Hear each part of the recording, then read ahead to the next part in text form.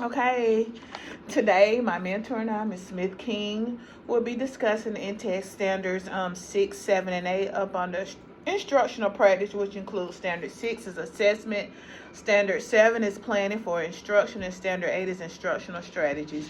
And the lesson that I did today was healthy plates, healthy versus unhealthy. So, good morning. It is still morning. Good morning. So as we review the healthy versus the unhealthy foods, I definitely start off with your glows as it relates to standards 6, 7, and 8. And I'll start with 6, just highlighting how you were able to informally assess the students through the questionings as well as their performance on the task. You had your manipulatives available and also a graphic organizer for the scholars to utilize and place their items in the healthy and unhealthy section. And I don't have any areas of growth as it relates to assessments because you were able to capture the students' understanding based upon the questions and also based upon their performance. The other standard for planning for instruction, it was very clear that you, simply because you had your plans, you also were able to implement a seamless lesson with the scholars. Students understood the content, you reviewed the purpose for the lesson, and if there were any types of misunderstandings or questions, you were able to address them as soon as mainly the main questions with misconceptions were like the proteins, how they didn't know that eggs were proteins, and some of the meats also went into, and nuts goes into that category. Yeah, so but great exposure for the scholars anyway.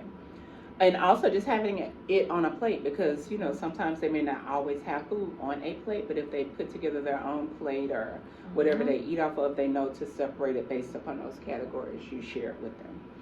So great job with the planning and instruction. Also, as I mentioned, the graphic organizer, which was something tangible for the students as well as the manipulatives that were already available, so there was no time lost during the instruction, and you can definitely tell that you have planned to address those interdisciplinary areas as well. For instructional strategies, very solid on your strategies as it relates to how your lesson is organized, the areas in which you want to develop a deeper understanding for your scholars. You already had your questions pre-made, just a few questions which we talked about in our last meeting.